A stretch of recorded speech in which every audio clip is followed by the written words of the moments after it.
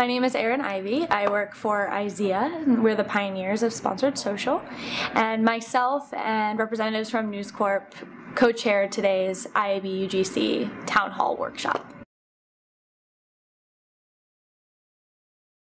I think there's three major buckets you can kind of provide emphasis on with user-generated content.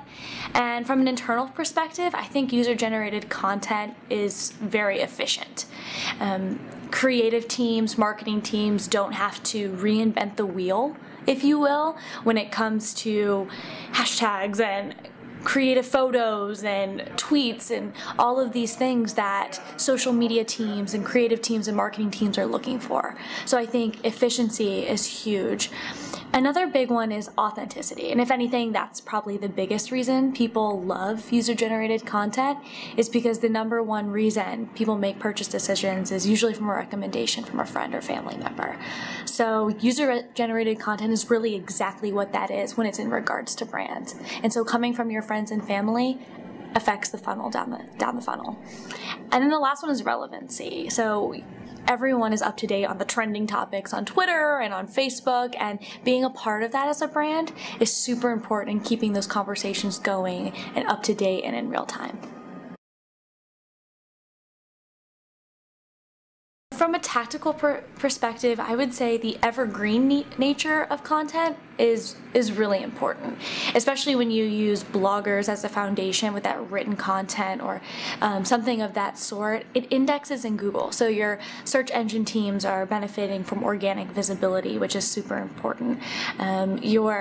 You're gaining traffic in media and earning media long after a campaign has ended versus the dying digital display ad or something like that, where, like I said, at Izea, we see campaign growth 3 to 6 months after a campaign is over, and that's just simply from organic interaction with campaigns.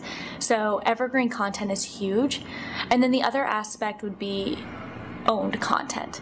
You typically, if you set it up right, if it's a sponsored social campaign or a contest where you're garnering this user-generated content, the brands typically own and operate it, and if anything, you can get validation for it. So you can use it again and again and again in different ways across.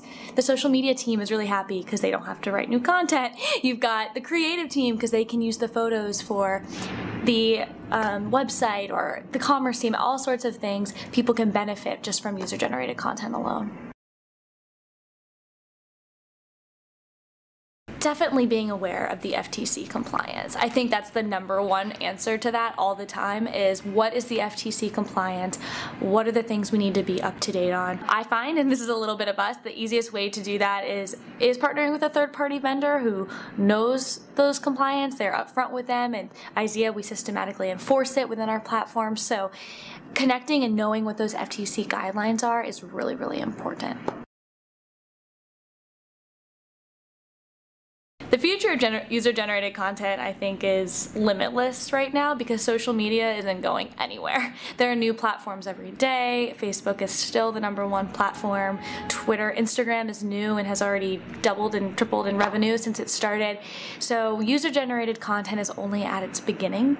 So I would say get involved now. If you're not, figure out a strategy that makes sense for you and your brand or you and your client, and get involved in it because it's becoming more and more and more prevalent, especially as the millennial generation is becoming the household decision makers.